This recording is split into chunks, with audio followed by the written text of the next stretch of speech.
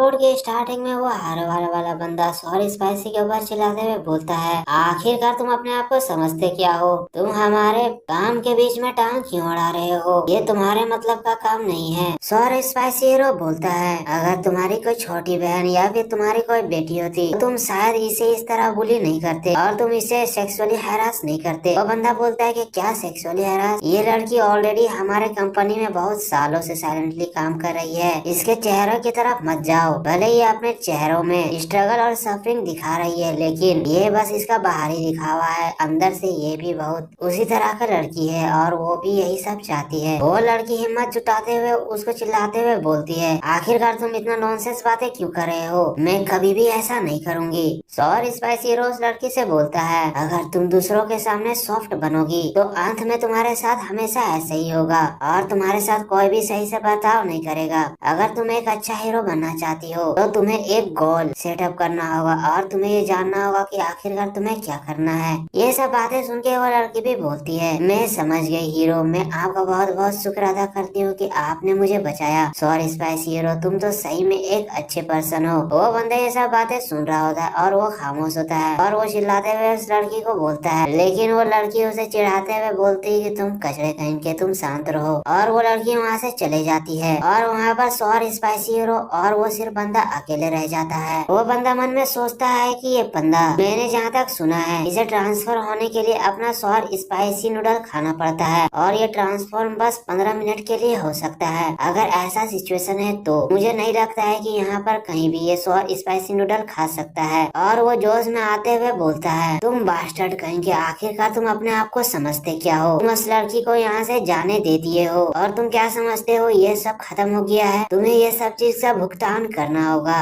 वरना तुम बहुत ही ज्यादा पछताओगे। सॉरी स्पाइसी हीरो बोलता है कि क्या मुझे ये सब का भुगतान करना होगा, कैसे? वो बंदा बहुत ही ज्यादा कॉन्फिडेंट में आते हुए सॉरी स्पाइसी हीरो के ऊपर हमला कर देता और बोलता है, कमीने, मैं तुम्हें मार मार के क्रिपल कर दूंगा। लेकिन हम देखते हैं कि सॉरी स्पाइसी हीरो अपने पास से एक पिल निकालते हुए उसे खा लेता है और सॉरी स्पाइसी में ट्रांसफॉर्म हो जाता है, जिसे देख के वो बंदा बहुत ही ज्यादा शॉक हो जाता है और बोलता है कि क्या आखिरकार ये कैसे हो सकता है? लेकिन इतना ही देर में सॉरी स्पाइसी हीरो उसके पेट में एक कस के मुक्का मार देता है, जिसकी वजह से लगते हुए बहुत ही ज्यादा दूर जाकर फेंका जाता है। वो बोलता है कि मैं तो ये भूल ही गया था कि तुम कंप्रेस किए हुए कैप्सूल को खा के ट्रांसफॉर्म हो सकते हो, लेकिन ये भी तुम्हारे लिए काफी नहीं है, ये बस तुम्हारे 15 मिनट के लिए ही काम आएगा और जब समय खत्म हो जाएगा तब मैं तुम्हें बहुत ही ज्यादा मारूंगा, इतना कि तुम मुझसे अपने आप को छोड़ने के लिए भीख मांगोगे। स्पाइसी हीरो बोलता है कि 15 मिनट ये तुम्हारे लिए काफी है। और यान अपने मन में सोचता है कि हालांकि जो एबिलिटी मेरे अंदर है वो मैं सॉल्व के थ्रू दूसरे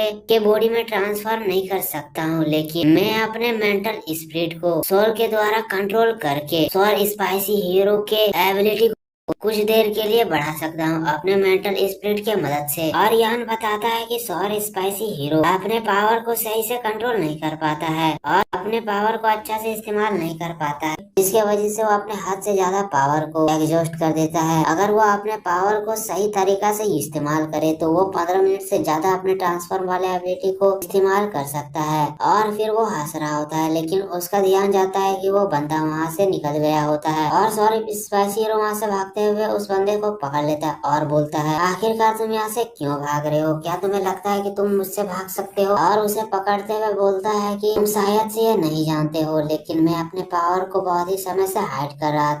और बंदा घबराते हुए बोलता है कि लगता है मैं आज हार जाऊंगा और वो उससे भीख मांगते हुए बोलता है कि तुम मुझे जाने दो, मैं अपने कंपनी के थ्रू तुम्हें बहुत ज्यादा बेनिफिट दूंगा, प्लीज मुझे जाने दो। सॉरी स्पाइसी हीरो बोलता है कि मैं तुम्हें जानता हूँ, अगर मैं तुम्हें जाने दूंगा तो तुम भी दूसरे बंदों की तरह बाद में आओगे मुझसे बदला लेने के लिए, बट मैं तुम्हारे साथ कुछ ऐसा करूंगा कि तुम वो करने के लिए कभी सोचोगे भी नहीं। वो बंदा बहुत ही ज्यादा घबरा जाता है और बोलता है कि आखिरकार तुम क्या प्लानिंग कर रहे हो, तुम क्या करना चाहते हो? और वो अपना पिछवाड़ा छुपाते हुए बोलता है, अब तुम ये मत बोलना कि तुम एक गे हो। और सॉरी स्पाइसी हीरो बस हंस रहा होता है और यान अपने मन में बोलता है, मैं इस कचड़े बंदे को बहुत ही अच्छा से आज लेसन सिखाऊंगा। वैसे भी मैं इस तरह के बंदे को बहुत ही ज्यादा हेट करता हूँ, इस तरह के ठरकी बंदे को। और वैसे भी बाद में सारा ब्लेम सॉरी स्पाइसी हीरो की तरफ जाएगा और मुझ पे कोई शक भी नहीं करेगा। और सॉरी स्पाइसी हीरो उस बंदे को घसीटते हुए झाड़ी की तरफ ले जाने लगता है और वो बंदा बहुत ही ज्यादा रो रहा होता है। अगला सीन हमें झाड़ी के अंदर से बस आवाज आता है, जो वो बंदा बोल रहा था कि प्लीज मैं तुमसे भीख मांगता हूँ, मुझे जाने दो, मेरे कपड़े को मत उतारो, प्लीज मुझे माफ कर दो। हमें अगला सीन में देखते हैं कि सॉरी स्पाइसी हीरो गाना गाते हुए वहाँ से जा रहा होता है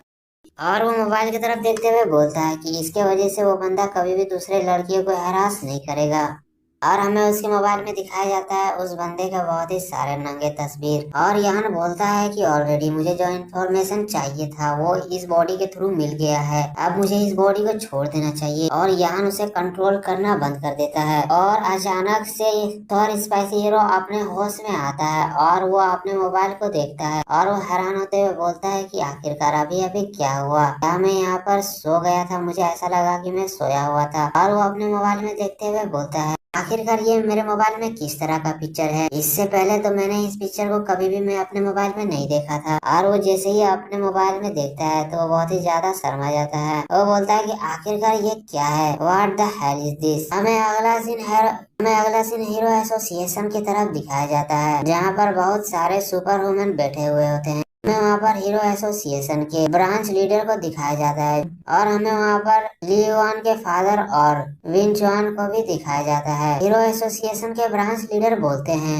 और वो लोग डिस्कस कर रहे होते हैं क्योंकि हाल ही में बहुत ही सारे मॉन्स्टर अपेयर हो रहे हैं और इसके वजह से इंसानियत को बहुत ही ज्यादा बैकलैश का सामना करना पड़ रहा है। और वहाँ पर एक बंदा बोलता है कोई प्लानिंग बनाना होगा जिसके वजह से हम उन मॉन्स्टर का सामना कर सके और उन मॉन्स्टर को हैंडल कर सके। अगर ऐसा ना हुआ तो हमें बहुत ही ज्यादा दिक्कतों का सामना करना पड़ेगा और वो मॉन्स्टर हमारे लिए बहुत ही बड़ा खतरा साबित होगा। वहाँ पर सुपर वुमेन बोल रहे होते हैं कि हम अपने जान को भी देंगे हीरो एसोसिएशन को बचाने के लिए और हीरो एसोसिएशन को सपोर्ट करने के लिए, और बोल रहे होते हैं ये हमारा कर्तव्य बनता है कि हम ये काम करें। लीवान के फादर मन में सोच रहे होते हैं जैसा कि एसोसिएशन में बताया जा रहा है खतरा बहुत ही ज्यादा बढ़ रहा है और हर कंपनी से ए रैंक के हीरो को जमा करा जा रहा है डंजन को कंट्रोल करने के लिए। हालांकि ये बहुत ही बड़ा खतरा का काम है, लेकिन ये साथ ही साथ बहुत सारे पैसे कमाने का एक बहुत ही अच्छा मौका भी है। और उन मॉन्स्टरों के मदद से हमें बहुत सारे इंफॉर्मेशन और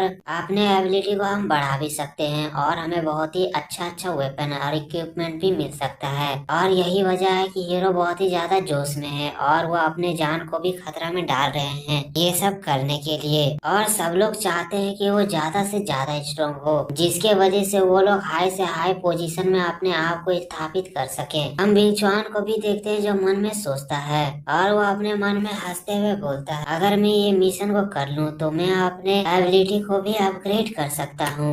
हमें अगला सीन में यान की तरफ दिखाया जाता है जो अपने क्लोन एबिलिटी को यूज करता है और अपने सामने और एक अपना क्लोन बना लेता है। और आप लोग ये ना सोचिएगा कि आखिरकार यान के पास क्लोन एबिलिटी आया कहाँ से, क्योंकि इस सीरीज में यान के पास हर तरह का एबिलिटी होगा। जैसे जैसे एपिसोड आगे बढ़ेगा यान के पास अनगिनत पावर और एबिलिटी आएंगे। आप लोग अभी तक जितने भी सीरीज देखे होंगे वो हर एबिलिटी यान के पास होगा और यही चीज इस कॉमिक को बहुत ही ज्यादा इंटरेस्टिंग बनाता है। तो चलिए हम लोग आगे देखते हैं। तो यान उस क्लोन को देखते हुए बोलता है ये क्लोन एकदम मेरे तरह ही सिमिलर दिख रहा है, इसे देख रहा हूँ तो ये मुझे बहुत ही ज्यादा वियर्ड फीलिंग दे रहा है। और वो अपने प्लाज्मा और मेंटल कंट्रोल एबिलिटी को कंबाइन कर लेता है और वो बोलता है कि पहले मुझे अपने मेंटल कंट्रोल एबिलिटी को डिसमेंटल करना होगा और मुझे अपने प्लाज्मा एबिलिटी को अपग्रेड करना होगा और उसे ए रैंक में अपग्रेड कर देता है। और वो बोलता है कि मुझे एक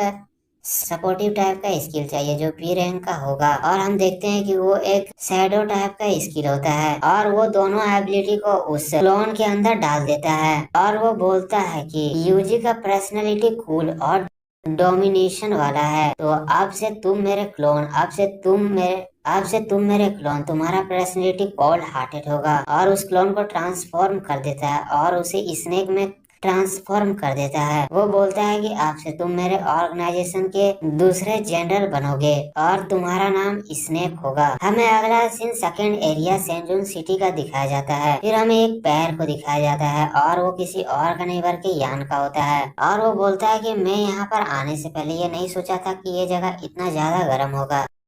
हम देखते हैं कि तभी यान के सामने एक टैक्सी ड्राइवर आ जाता है और वो बोलता है, फर्स्ट एरिया के टूरिस्ट, क्या मैं तुम्हें कहीं ड्रॉप कर दूं? और यान उसके टैक्सी में बैठ जाता है और वो अपने मोबाइल में मैसेज पढ़ रहा होता है ली युआन का, जो मैसेज किया होता है कि गॉडफादर, मैंने आपको कुछ सुपर वुमेन के बारे में भेजा है जो हमारे ऑर्गेनाइजेशन में मुझे मिशन दिया गया था। मैं आशा करता हूँ कि आप इस जानकारी को अच्छा से देख लेंगे। और हम देखते हैं कि वो टैक्सी ड्राइवर यान से बोलता है कि सेंजू सिटी ये गैम्बलिंग के लिए बहुत ही ज्यादा मशहूर है। मैं तुम्हें रिकमेंड करूंगा, अगर तुम गैम्बलिंग करना चाहते हो तो मैं तुम्हें एक अच्छा कैसीनो ले जा सकता हूँ और मैं तुम्हें ये इंश्योर करता हूँ कि तुम जब बहुत सारे पैसे जीत जाओगे तो मैं तुम्हें सेफली होटल तक भी छोड़ जाऊंगा। वो बोलता है कि यंग मैन, तुम बहुत ही ज्यादा जवान और हैंडसम हो, तो चलो मैं तुम्हें कोई जगह को रिकमेंड करता हूँ। यान बोलता है कौन सा जगह? वो एक किताब निकालते हुए बोलता है ड्रीम पेरिस, यहाँ पर तुम्हें बहुत ही अच्छा अच्छा किस्म की लड़की मिल जाएगी और यहाँ पर लड़कियों का कीमत भी बहुत ही ज्यादा कम है। यान ये सब देख के मन में सोच रहा होता है, सही में मैं मानता हूँ कि ये सब काम पैसा कमाने के लिए बहुत ही ज्यादा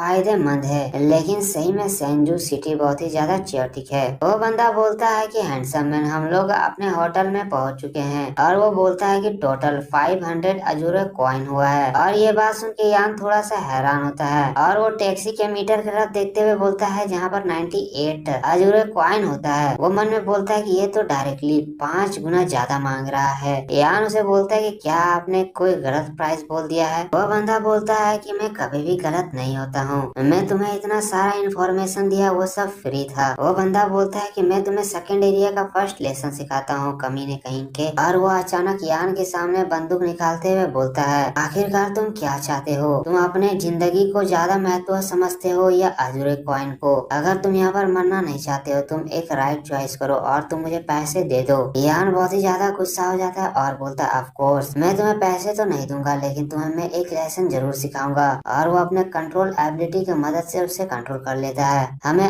होटल के अंदर दिखाया जाता है जहाँ रिसेप्शनिस्ट बोलती है, सर ये लीजिए आपके रूम का कार्ड, अगर आपको किसी तरह का काम होगा तो आप यहाँ आके बोल सकते हैं या फिर हमें कॉल करके बोल सकते हैं, हम आपके लिए उपलब्ध रहेंगे। यान वहाँ उन लोगों को शुक्रिया करके चले जाता है। वो लोग बात कर रहे होते हैं कि मैं ये चीज में विश्वास नहीं कर सकता हूँ कि वो बंदे का लगेज वो ड्राइवर उठा रहा है और वो उसका मदद कर रहा है। ये तो सही में हैरान कर देने वाला बात है। वो लड़की भी बोलती है कि हाँ मैं भी बहुत ही ज्यादा आश्चर्य हूँ, इसे देख के मुझे ऐसा लग रहा है कि मुझे इसे डिनर में इनवाइट करना पड़ेगा। यान वहाँ से जाते हुए उस टैक्सी ड्राइवर को बोलता है, मैं अभी यहाँ से जा रहा हूँ, मुझे कुछ काम करना है, तुम मेरे लगेज को ले जाके मेरे रूम में रख दो। और मैं ये बता देता हूँ कि फर्स्ट एरिया के बंदे ज्यादा सिंसियर होते हैं। वो बंदा भी हाँ बोल के वहाँ से निकल जाता है। यान लिफ्ट में चढ़ते हुए 37 फ्लोर में आ जाता है और वो अपने मोबाइल में एक सुपर वुमन का डिटेल पढ़ रहा होता है जो एक सी रैंक का हीरो होता है। और उसके डिटेल को पढ़ने के बाद वो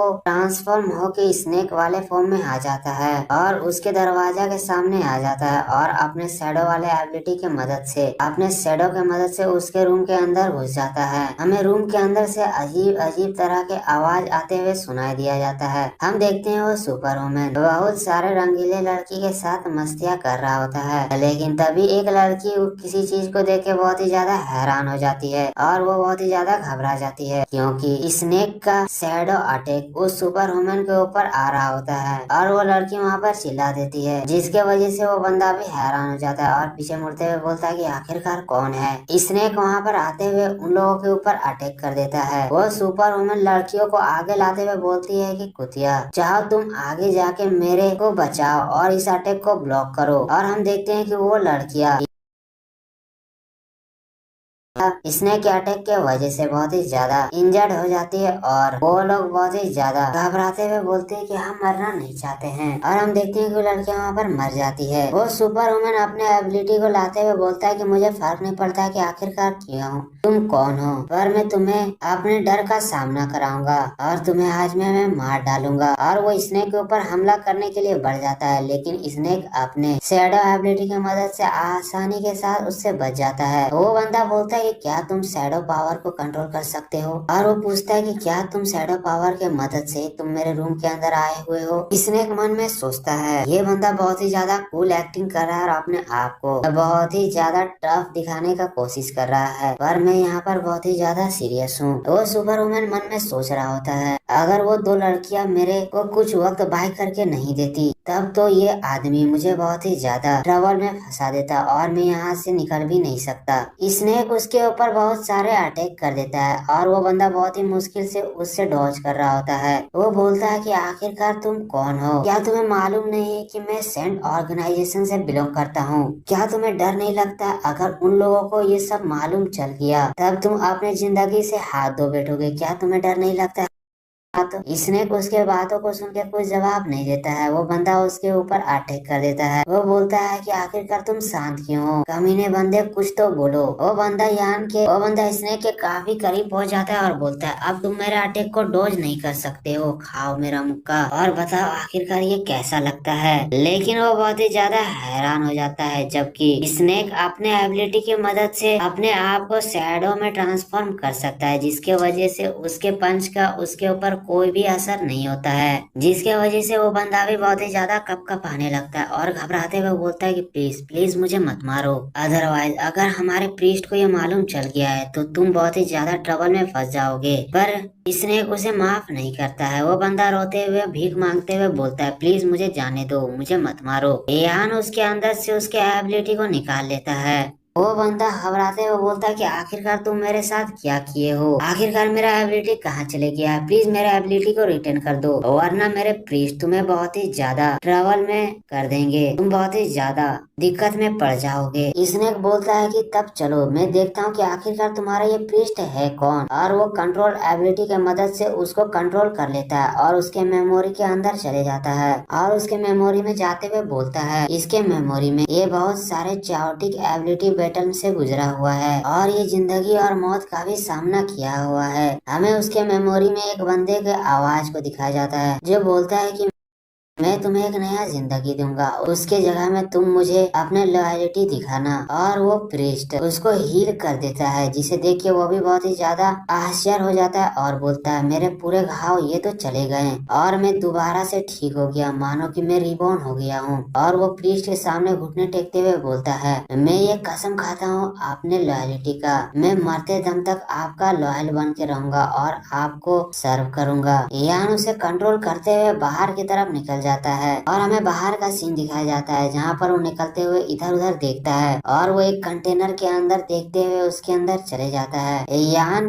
क्योंकि उसको यान कंट्रोल कर रहा होता है तो यान सब कुछ देख सकता है जो भी वो कर रहा है, क्योंकि यान इसे कंट्रोल कर रहा है। इसका मतलब कि ये सुपर वुमन जो भी कर रहा है मतलब यान वो कर रहा है। यान बोलता है कि मैंने इसके मेमोरी में देखा है और यहाँ पर इसके मेमोरी में किसी कार्गो को मेंशन किया गया है। हमें कहीं पर दिखाया जाता है उस प्रीस्ट को जो किसी लड़कियों के बीच में बैठा हुआ होता है। हमें वहाँ पर और एक लड़की को दिखाया जाता है जो ब्लश थ्रस्टी रोज होती है। वो लड़की किसी से बोलती है, मैंने सुना है कि स्वाड गर्ल तुम्हारे हिडन प्रोडक्शन एरिया में आ गई है। हम देखते हैं कि वो फेक मार्क्स होता है। वो बोलता है, रोज लेडी वो बहुत बड़ा प्रॉब्लम मेरे लिए नहीं है, आप बस मुझे एक ऑर्डर दीजिए, मैं उसके इमीडिएटली मार डालूंगा। हमें वहाँ पर और एक बंदे को दिखाया जाता है जो डीप सी मिलिट्री सोल होता है। वो बोलता है कि क्या तुम उसे मार डालोगे? वो एक ए रैंक की हीरो है, आखिरकार तुम्हें लगता क्या है? और ये सब बंदा सेंट ऑर्गेनाइजेशन के मेंबर होते हैं। हमें वहाँ पर और एक बंदे को दिखाया जाता है जो ग्रेट लैंड विजार्ड होता है। वो बंदा बोलता है कि ए रैंक हीरो तो क्या हुआ, ये सेंट का डिसेबल है और इसे एक ए रैंक हीरो से तो डरने का जरूरत एकदम ही नहीं है। हमें उस सेंट को दिखाया जाता है जो बोलता है, वो लड़की बहुत ही ज्यादा एरोगेंट बन रही है, उसे मेरे पास लाओ, मैं भी तो देखूं आखिरकार वो लड़की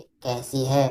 और वो प्रीस्ट उन तीनों सुपर वुमेन को ऑर्डर दे देता है। वहाँ पर फेक मार्क्स बोलता है, अगर ऐसा बात है तो मैं आज के लिए छुट्टी लेता हूँ। डीप सी मिलिट्री सोल बोलता है, फेक मार्क्स बॉक्सर तुम इधर आओ। वो उसके पास आते हुए बोलता है, deep sea military soul lord आपका किसी तरह का ऑर्डर है जो मैं पालन कर सकता हूँ? वो बोलता है कि पहला एरिया बहुत ही अच्छा है, वहाँ के पोर्ट में एक कार्गो आएगा जो लाल रंग में होगा। कल मेरे लिए तुम एक मदद करो और वो जाके देखो और वहाँ पर तुम्हें किसी तरह से किल शॉट का इंफॉर्मेशन मिलेगा तो तुम मेरे पास आ इमीडिएटली आके नोटिफाई कर देना। वो बोलता है कि हालांकि ये थोड़ा सा डेंजरस है लेकिन तुम इसे हैंडल कर लेना और तुम अपना कोई भी चांस जाया मत करना। फेक मार्क्स भी हाँ बोल के वहाँ से निकल जाता है और फिर हम प्रेजेंट में आ जाते हैं जहाँ पर फेक मार्क्स उस रेड कार्गो के सामने आते हुए बोलता है कि मैं बहुत ही ज्यादा आश्चर्य होऊंगा अगर मैं इसे अच्छा से संभाल लूं। और वो किसी चीज को देखते हुए बोलता है कि ये आखिरकार क्या है, फिंगरप्रिंट लॉक, चलो ये तो बहुत ही ज्यादा इजी है। और उसे वो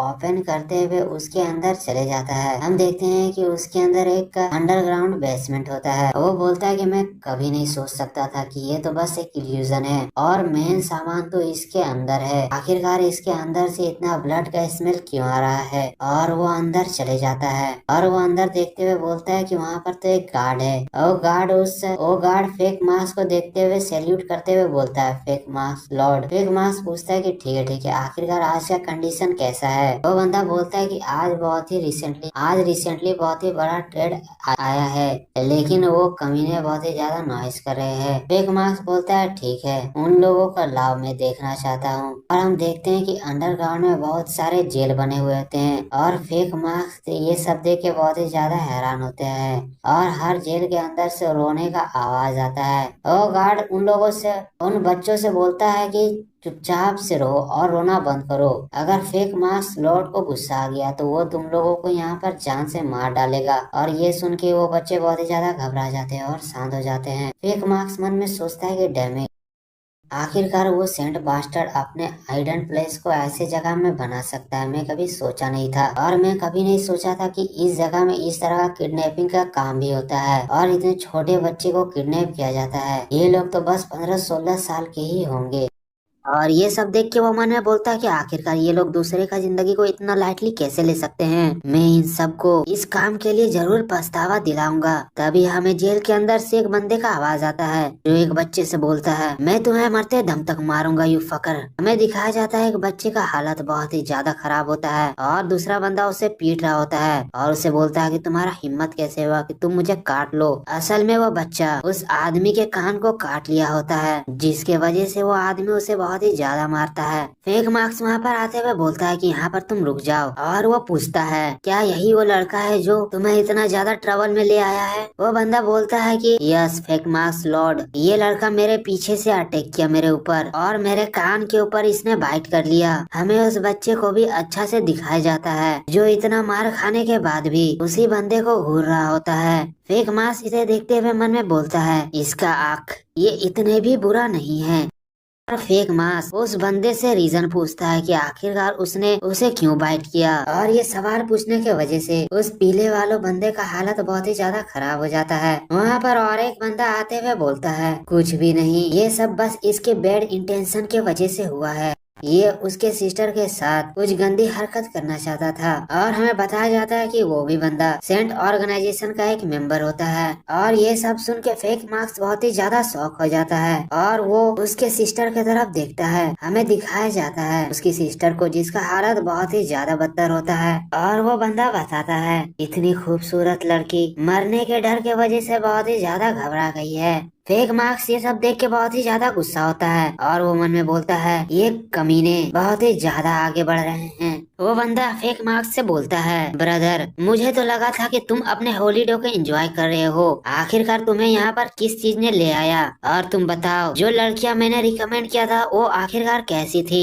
फेक मार्क्स बताता है कि वो लोग ठीक थी पर मैं यहाँ पर आ गया क्योंकि डीप सी मिलिट्री सोल ने मुझे यहाँ पर आज यहाँ के हालत को देखने के लिए बोला था। और फेक मार्क्स बोलता है इस बच्चे को जल्दी से नीचे लाओ, अभी भी ये कुछ पैसों के तो काबिल है। वो बंदा उस बच्चे के गाल को पकड़ते हुए बोलता है कि ओह क्या तुम इससे माफ कर देना चाहते हो। वो बोलता है कि ये इतनी भी बड़ी डील नहीं है, अगर मैं इसके हर दांत को तोड़ भी दूं तो फर्स्ट एरिया के बास्टर्ड ये अच्छे खासे कीमत में बिक जाएंगे। वो बच्चे को दिखाया जाता है जो बहुत सारे नाम लेते हुए गाली देते हुए बोलता है कि मैं तुम लोगों को मार दूंगा कमीने बास्टर्ड कहीं के। फेक मार्क्स बोलता है उससे गुस्साते हुए कि आखिरकार तुम्हें सुनाई नहीं दिया कि मैंने यहाँ पर क्या बोला, मैंने जो बोला वो जल्दी से जल्दी करो। वो बंदा पीछे मुड़ते हुए बोलता है आखिरकार तुम्हें क्या बोल रहे हो, तुम्हें समझ में भी आ रहा है। फेक मार्क्स अपने हाथों में पावर जनरेट करते हुए बोलता है, क्या मेरे बातों को मुझे समझ में नहीं आ रहा है? मैं तुम्हें बताता हूँ कि आखिरकार मैं क्या बोल रहा हूँ। वो बोलता है कि अगर तुम मेरे वक्त को बर्बाद करने यहाँ पर नहीं आते तो शायद मुझे ये सब करने का जरूरत नहीं पड़ता। और वो उस बंदे के पेट के अंदर अपने हाथों को घुसा देता है और वो बंदा भी बहुत ही ज्यादा हैरान हो जाता है कि आखिरकार उसके साथ अभी अभी हुआ क्या। और वो उसी हालत में पूछता है कि क्यों, आखिरकार क्यों? फेक मार्क्स बोलता है कि क्योंकि मैं बस इसे लाइक करता हूँ, हम दोनों सेम एरिया से बिलोंग करते हैं। और वो बंदा मरते हुए हालत में बहुत ही ज्यादा घबराते हुए बोलता है कि क्या क्या तुम फेक मार्क्स नहीं हो? और वो उतना बोलते ही वहाँ पर मर जाता है। वहाँ पर कुछ और बंदे आ जाते हैं और बोलते हैं कि आखिरकार यहाँ पर क्या हुआ? फेक मार्क्स लॉर्ड, आखिरकार यहाँ पर क्या हुआ? और मैं आप लोगों को ये बता देना चाहता हूँ कि ये असल में फेक मार्क्स नहीं है, बल्कि यान अपने एबिलिटी के मदद से अपने रूप को चेंज किया हुआ है और वो फेक मार्क्स के रूप में है यहाँ पर इन्वेस्टिगेशन करने के लिए। और क्योंकि यह भी फेक मार्क्स के रूप में है इसीलिए मैं इसे फेक मार्क्स ही बोल रहा हूँ। फिर हमें दिखाया जाता है कि फेक मार्क्स शैडो एबिलिटी को यूज करते हुए उन बंदों को बोलता है कि तुम लोग भी आज यहीं पर मरोगे, और उन लोगों को वहाँ पर पकड़ लेता है और प्लाज्मा अटैक करके उन लोगों के ऊपर बिजली का अटैक कर देता है। ये देख के वो गार्ड बहुत ही ज्यादा घबरा जाता है, लेकिन फेक मार्क्स उसे भी नहीं बख्शता है और उसे भी वहीं पर मार डालता है और उन लोगों का एबिलिटी निकाल लेता है। ये सब देख के उस बच्चे के अंदर भी थोड़ा सा हिम्मत आ जाता है और वो बोलता है कि मेरा नाम यान फेन है, आखिरकार आप कौन हैं? और वो बच्चा दोबारा पूछता है कि आखिरकार आप कौन हैं? फेक मार्क्स पीछे मुड़ते हुए बोलता है, बस इतना जान लो कि कोई तुम लोगों को बचाने के लिए आया है। वो बच्चा बोलता है, मैंने आपको पहले भी देखा है, पहले जब आप आते थे तो इसी बंदों के तरह आप भी हम लोगों को बहुत ही ज्यादा बुली करते थे। फेक मार्क्स बोलता है कि तुम जल्दी ही जान जाओगे कि आखिरकार यहाँ पर क्या चल रहा है। और फेक मार्क्स उसके जंजीरों को काटते हुए बोलता है, यांग फैन तुम कुछ देर मेरे लिए यहाँ पर इंतजार करो, मैं बाहर से आता हूँ। बाहर के बंदों को ठिकाना लगाकर यांग फेंग वहाँ से उठते हुए अपने बहन के पास चले जाता है और अपने बहन को गला लगाते हुए बहुत ही ज्यादा रोने लगता है। और ये सब देख के यान भी अपने बहन को याद कर रहा होता है। फिर हमें दिखाया जाता है कि कुछ बंदे वहाँ पर पहुँच चुके होते हैं और वो लोग बोलते हैं कि जल्दी से इसे पकड़ लो, लेकिन वो अपने शैडो एबिलिटी की मदद से सबको वहीं पर नॉकआउट कर देता है और सबको गाजर मूली की तरह बीच से काट डालता है। लेकिन तभी वहाँ पर और एक सुपर वुमन पहुँच जाती है और वो बोलती है कि हम लोगों ने तुम्हें दोनों तरफ से घेर लिया है, आखिरकार अब तुम बच के कहाँ पर जाओगे? हमें दूसरे बंदे को दिखाया जाता है जो बोलता है कि यूवी ठीक है, तब तुम पहले अटैक करो इसके ऊपर। वो ठीक बोल के अपने पास से एक डिश टाइप का इंस्ट्रूमेंट निकाल के उसके ऊपर अटैक कर देता है और उसके म्यूजिकल इंस्ट्रूमेंट के वजह से आसपास के बच्चों को भी बहुत ही ज्यादा तकलीफ पहुंच रहा होता है। फेक मार्क्स भी अपने कान को पकड़ते हुए बोलता है, ये म्यूजिक तो मेरे नर्व को बहुत ही ज्यादा नुकसान पहुंचा रहा है, लकली मेरे पास बहुत ही अच्छा मेंटल स्पिरिट यानी मेंटल पावर है जिसके वजह से मैं इसे होल्ड कर सकता हूँ। बट यहाँ पर जो बच्चे हैं वो इस चीज को ज्यादा देर तक होल्ड नहीं कर सकते हैं, इसीलिए मुझे जल्दी से एक्ट करना होगा। और फेक मार्क्स अजीब तरह से हंस रहा होता है।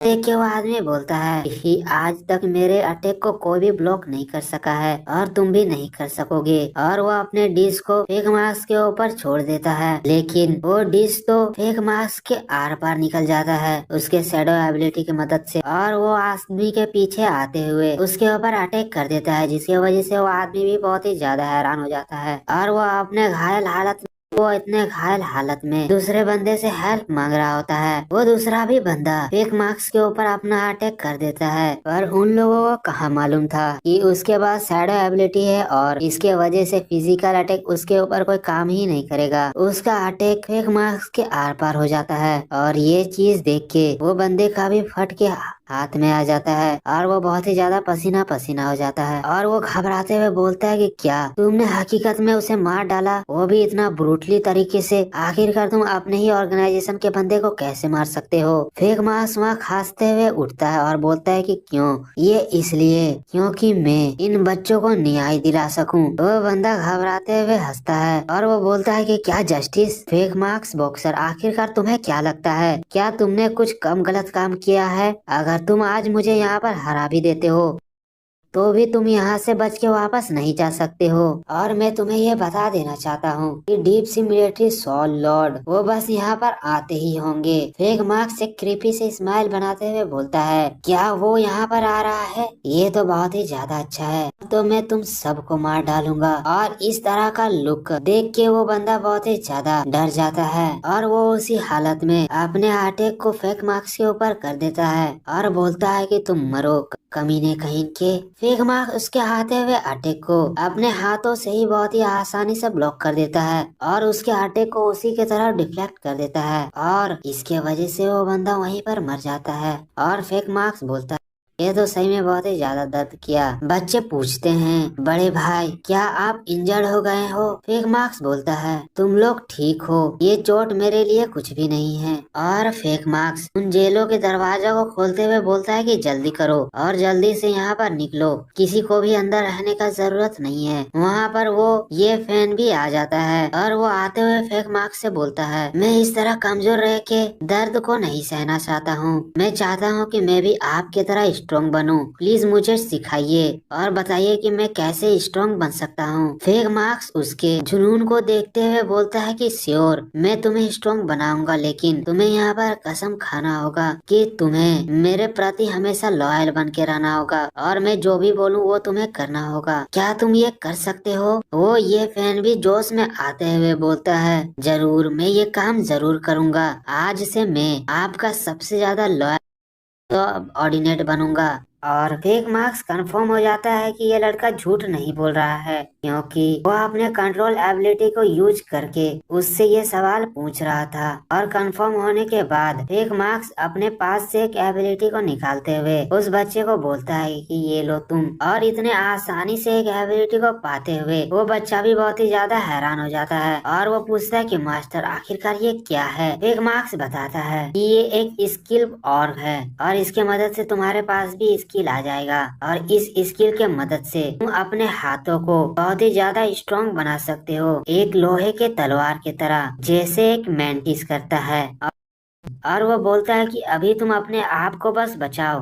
ये फैन भी अपने नया एबिलिटी पाके बहुत ही ज्यादा खुश होता है और वो फेक मार्क्स को शुक्रिया बोलता है। और सबको निकालने के बाद फेक मार्क्स जितने भी बंदे को मारा हुआ होता है सबके एबिलिटी को निकाल लेता है और वो बोलता है, लास्ट नाइट मैंने बस 2 एबिलिटी को पाने के लिए बहुत ही ज्यादा मेहनत करना पड़ा था, उस फ्रॉग और उस हॉर्स का एबिलिटी पाने के लिए। और वो बोलता है कि मैंने आज बहुत सारा एबिलिटी और को जमा कर लिया है। हमें फिर बाहर का सीन दिखाया जाता है जहाँ पर हम बहुत बड़े एक रोज को देखते हैं और हमें दिखाया जाता है कि सब बच्चे उस रोज के स्टेम में लटके हुए होते हैं और सब लोग रो रहे होते हैं और बोलते हैं कि कोई आके हमें बचाइए, कोई तो बचाओ। और ये देख के ये फैन भी बहुत ही ज्यादा घबरा जाता है और वो घबराते हुए फेक मार्क्स को आवाज लगाता है। फेक मार्क्स आगे आते हुए बोलता है कि तुम लोगों को इतना घबराने का जरूरत नहीं है, मैं तुम सबको बचा लूंगा। हमें वहाँ पर सेंट ऑर्गेनाइजेशन के वही मेन 3 बंदे दिखाए जाते हैं और सेंट ऑर्गेनाइजेशन के प्रीस्ट को भी दिखाया जाता है जो रोज के ऊपर बैठा हुआ होता है। रोज लेडी फेक मार्क्स से बोलती है, क्या तुम बचाओगे? आखिरकार तुम मुझे हंसने के लिए मजबूर क्यों कर रहे हो? क्या तुम अपने आप को एक हीरो समझते हो? वो प्रीस्ट जो फूल के ऊपर बैठा हुआ होता है वो अपने तीनों कमांडर से बोलता है, ब्लड थ्रस्टी रोज, डीप सी मिलिट्री सोल और ग्रेट लैंड विजार्ड, तुम लोग तीनों बताओ कि आखिरकार सेंट ऑर्गेनाइजेशन कितना ज्यादा पावरफुल है। और वो अपने पावर के मदद से तीनों को बूस्ट कर देता है। फिर हम देखते हैं कि ब्लड थ्रस्टी रोज बोलती है, इतने ज्यादा पावर को यूज करना ये तो सही में बहुत ही ज्यादा थका देने वाला बात है, लेकिन क्योंकि हमारे प्रीस्ट के रिकवरी स्किल के मदद से हम जितना चाहे अपने स्किल को यूज कर सकते हैं। वो प्रीस्ट एक सुपर वुमन से बोलता है, शील्ड स्वॉर्ड, प्रीस्ट का सामान कुछ ऐसा नहीं है कि तुम उससे खेल सको। अगर तुम अपनी जिंदगी को सलामती चाहते हो तो वो सामान मुझे वापस कर दो। और जहाँ तक बात रहा उस गद्दार का जो हमें धोखा दिया है, उसे हम जान से मार डालेंगे। हमें वहाँ पर एक नया सुपर वुमन दिखाया जाता है जो येलो हेयर गर्ल होती है। फेक मार्क्स मन में सोच रहा होता है, क्या मैं मर जाऊंगा? चलो देखते हैं कि आखिरकार यहाँ पर कौन मरेगा। वही येलो हेयर सुपर वुमन अपने मन में सोचती है कि 3 बी रैंक एबिलिटी यूजर और साथ में उसके पीछे एक प्रीस्ट है जो उन लोगों को रिकवर देख कर रहा है। ये तो सही में बहुत ही ज्यादा ट्रबलसम होने वाला है। और वो लड़की अपने हिम्मत को इकट्ठा करते हुए बोलती है, हीरो एसोसिएशन अपने बैकअप को जल्दी ही भेजने वाली है और तुम लोग स्ट्रगल करना बंद कर दो। आज तुम ही लोग हो जो यहाँ पर मरने वाले हो नाकी में, और अगर तुम अच्छे सलामती चाहते हो तो तुम यहाँ पर सरेंडर कर दो। प्रीस्ट ये सुन के हंसता है और अपने आदमियों से बोलता है, जल्दी से इसे पकड़ लो और हीरो एसोसिएशन के आदमी पहुँचने से पहले ये काम को खत्म करो। और कमांड सुनने के बाद उसके आदमी अपने काम में लग जाते हैं और वो सुपर वुमन भी अपने एबिलिटी को यूज करके अपने स्वॉर्ड को लाइट अप कर लेती है और मुकाबला करने के लिए तैयार हो जाती है। फेक मार्क्स ये देख के वो भी हैरान हो जाता है। वो बोलता है, सही में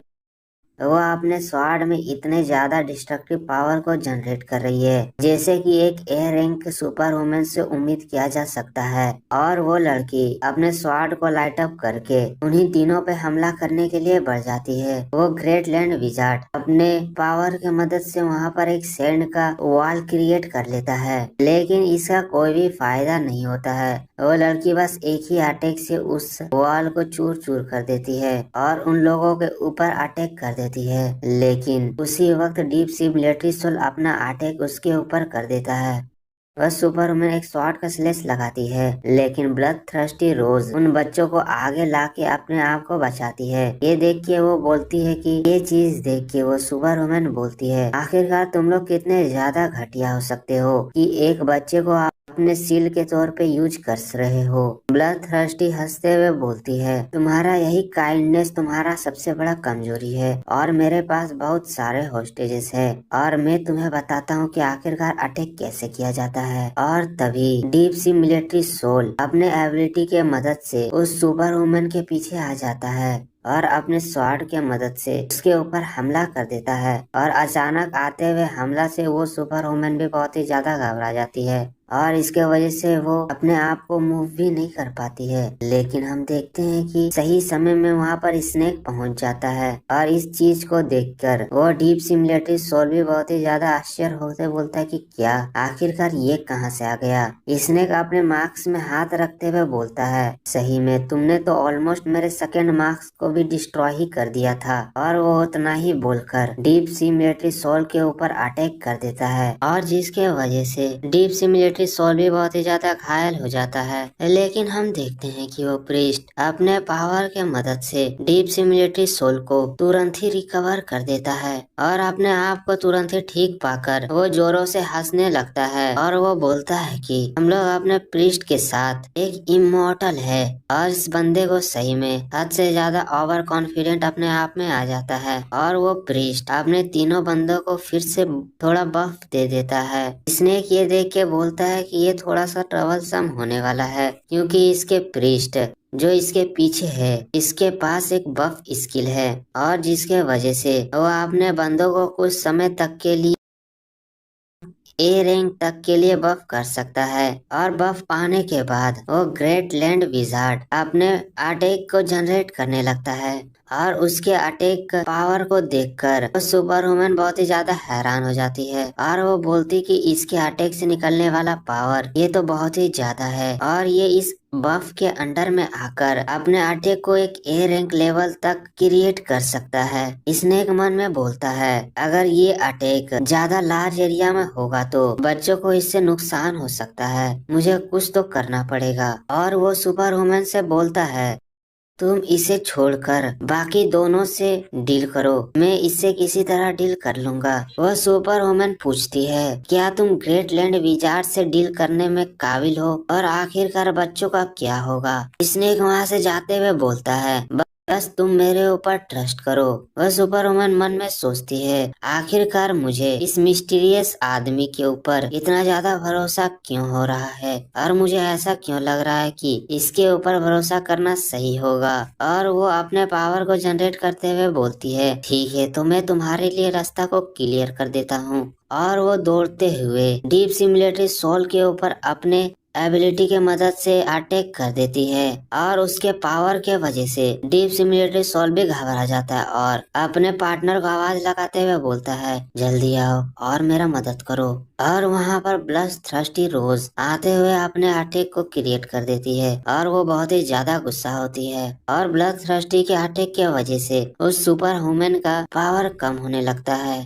और ये देखकर ब्लड थ्रस्टी रोज हंसते हुए बोलती है, मेरा लस्ट बॉडी तुम्हारे बदन को बहुत ही ज्यादा एक्साइटेड कर देगा। क्या तुम्हें अपने बदन में गर्मी महसूस हो रहा है? और वो सुपर वुमेन उस ब्लड थ्रस्टी के अटैक के वजह से अपने बॉडी को कंट्रोल नहीं कर पाती है। ये सब देखकर डीप सिम्युलेटरी सोल हंसते हुए बोलता है, ए लिटिल गर्ल, क्या तुम चाहती हो कि बड़ा भाई तुमको इस चीज में मदद करे? लेकिन तभी वह सुपर वुमेन अपने मेंटल स्पिरिट को अनसील कर देती है, जिसके वजह से वहाँ पर बहुत ही बड़ा एक बीम जनरेट होता है, जिसे देख के ब्लड थ्रस्टी रोज भी बोलती है, क्या मैंने कभी भी नहीं सोचा था कि शील्ड स्वॉर्ड के पास एक मेंटल एबिलिटी भी होगा। और वो सुपर वुमेन उन लोगों के आंखों के नीचे से तुरंत ही डिसअपेयर हो जाती है और ब्लड थ्रस्टी रोज को बीच से काटते हुए आगे निकल जाती है।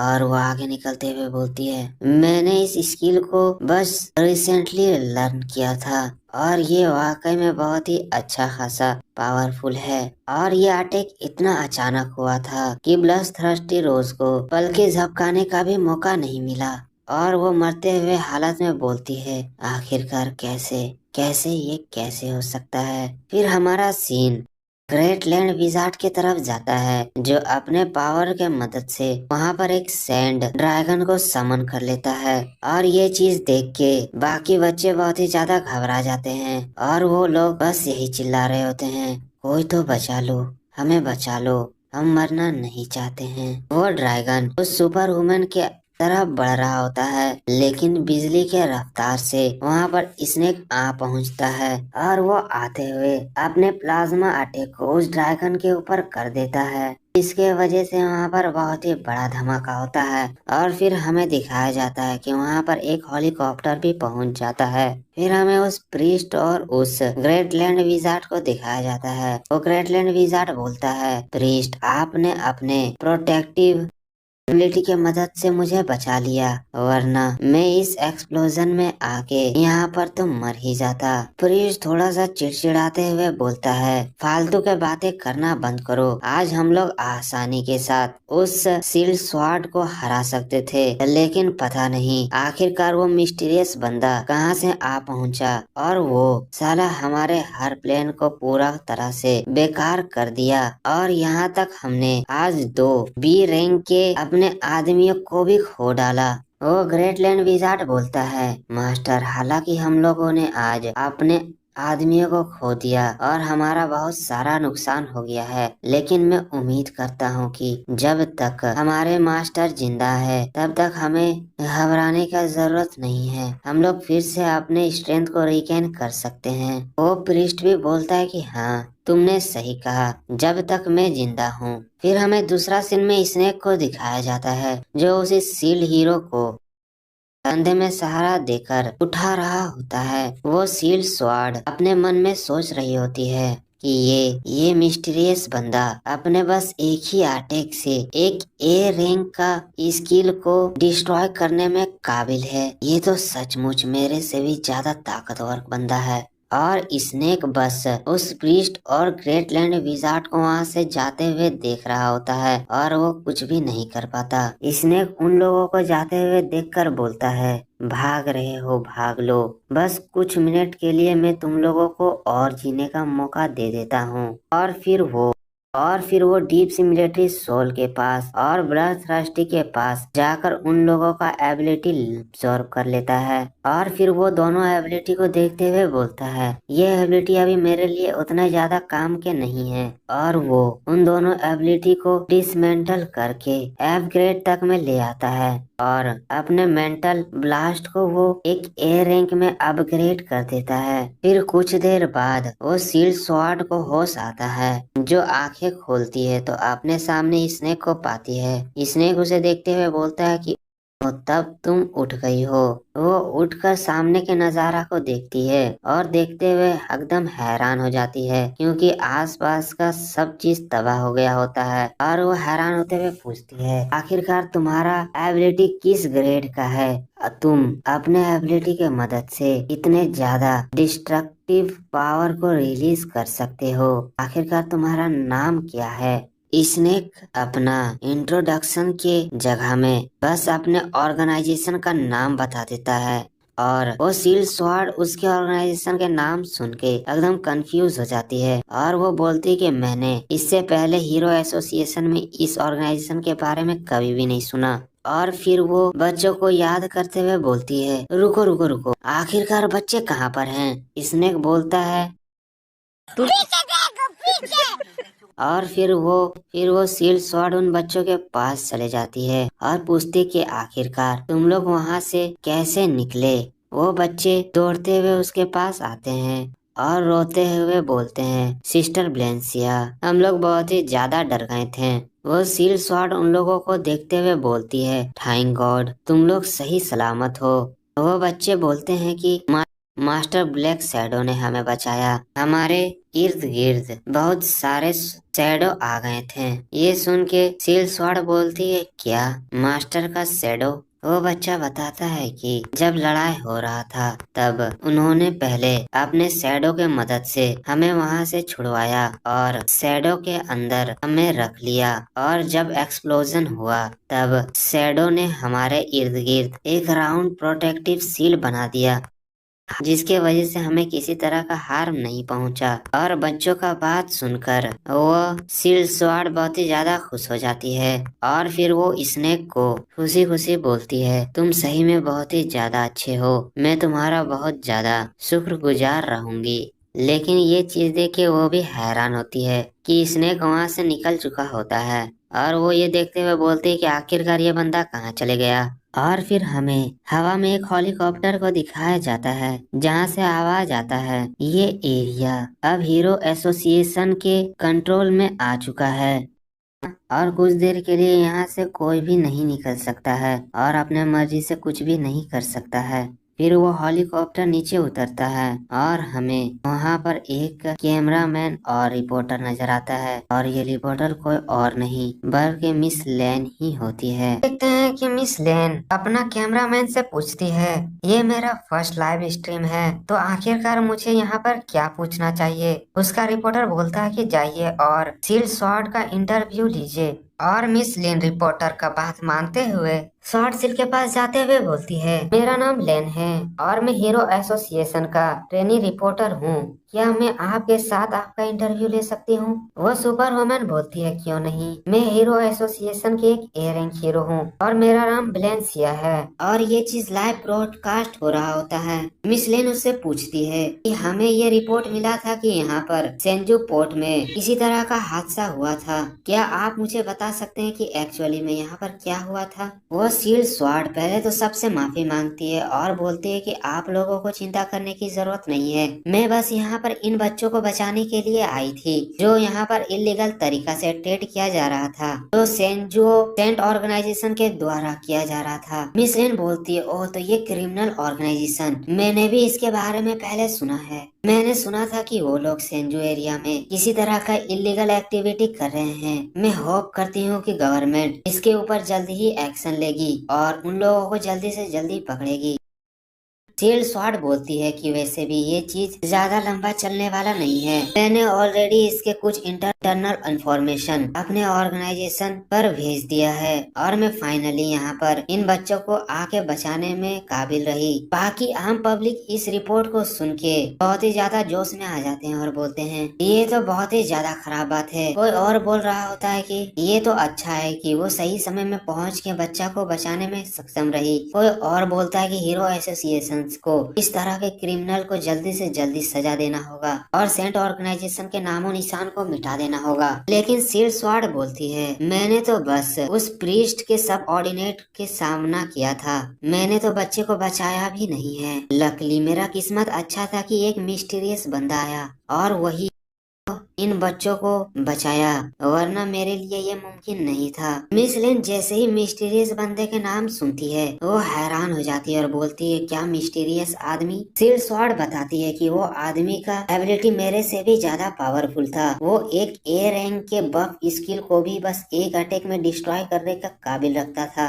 और यहाँ पर जितना तबाही मचा है उसी बंदे ने ये सब किया है। वो किसी तरह का स्नेक पैटर्न का मास्क पहना हुआ था और वो अपना नाम स्नेक बताया और वो बोल रहा था कि वो किसी जज ऑर्गेनाइजेशन से बिलोंग करता है। बाकी बंदे उस तबाही को देखते हुए बोलते हैं कि क्या वो मिस्टीरियस बंदा किसी तरह से यूजी लॉर्ड से रिलेट करता है। कोई और बोलता है कि ये तबाही तो बहुत ही ज्यादा है। कोई और बोलता है कि सचमुच उसका पावर बहुत ही ज्यादा होगा। मिस लिन बोलती है, आखिरकार हमें उस मिस्टीरियस बंदा कैसे पहचान सकते हैं? वो तो यहाँ पर मौजूद भी नहीं है। सील स्वॉर्ड बताती है कि वो प्रीस्ट जब ये इस जगह को छोड़ दिया तब वो भी बंदा उस डायरेक्शन में चले गया और वो एक तरफ इशारा कर रही होती है। फिर हमें अगला सीन में वही प्रीस्ट और ग्रेट लैंड विजार्ड को दिखाया जाता है जो अंडरग्राउंड पार्किंग एरिया में होते हैं। हमें उस सेंट को दिखाया जाता है जो बोलता है उस ग्रेट विजार्ड से, मैंने अपना पूरा रिमेनिंग पावर तुम्हें बफ करने में लगा दिया था। तुम्हारा सेंट एट्रीब्यूट मैजिक वाला अटैक उस बंदे का फिर भी कुछ नहीं बिगाड़ पाया। आखिरकार ऐसे क्यों हुआ? तो ग्रेट विजार्ड भी बोलता है, हाँ आपने सही बोला, मैंने अपने पूरे ताकत से वो अटैक किया था लेकिन फिर भी उसका मैंने कुछ बिगाड़ नहीं पाया। वो तो अच्छा हुआ कि मैं और आप उसके प्लाज्मा अटैक से बच गए और वो किसी तरह से हमें नुकसान पहुंचा नहीं पाया। वो प्रीस्ट बोलता है, ठीक है जल्दी से ढूंढो कि आखिरकार हमने उस गाड़ी को कहाँ रखा था। हमें सबसे पहले इस जगह से निकल के कहीं और जाके छुपना पड़ेगा। ये सिचुएशन ज्यादा अच्छा नहीं है। हम देखते हैं कि स्नेक कहीं से छुप के उन लोगों पे नजर रख रहा होता है और स्नेक मन में सोचता है कि आखिरकार तुम लोग क्या अपने बारे में समझते हो? तुम लोग इस जगह को इतने आसानी से छोड़ सकते हो? बिल्कुल भी नहीं। मैं तुम लोगों को इसी जगह में आज मार डालूंगा। लेकिन इतना सीरियस मूड में एक बहुत ही फनी चीज हो जाता है और वो होता ये है कि स्नेक छुपा हुआ होता है लेकिन उसके फोन में अचानक से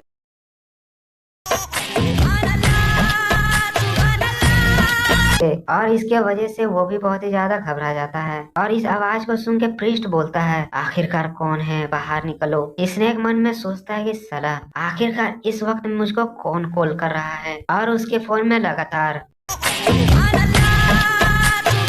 हो रहा होता है जिसके वजह से प्रीस्ट और ग्रेट विजार्ड भी सस्पिशियस हो जाते हैं और उसी तरह आने लगते हैं। और स्नेक अपने फोन को निकालते हुए देखते हुए बोलता है कि क्यों? आखिरकार मिस लेन मुझे इस वक्त क्यों कॉल कर रही है? आखिरकार उसे इस वक्त क्या काम आ पड़ा कि वो मुझे कॉल कर रही है? वो ग्रेट विजार्ड फिर से पूछता है कि आखिरकार उधर कौन है? मौके को समझते हुए स्नेक अपने आउटफिट को चेंज कर लेता है अपने एबिलिटी के मदद से और वो अपने यान वाले फॉर्म में आते हुए उधर से एक नॉर्मल पर्सन की तरह निकलता है और वो फोन में बात करते हुए बोलता है कि लेन आखिरकार तुम्हें क्या हुआ? और उधर से एक नॉर्मल पर्सन को निकलते हुए देखकर वो ग्रेट विजार्ड और प्रीस्ट भी थोड़ा सा हैरान होते हैं क्योंकि उन लोगों को इस चीज का उम्मीद बिल्कुल भी नहीं था। ग्रेट विजार्ड बोलता है कि ये तो बस एक कॉमनर है। प्रीस्ट बोलता है कि नहीं, मुझे नहीं लगता है कि ये चीज इतना भी आसान है, इसके ऊपर ध्यान दो।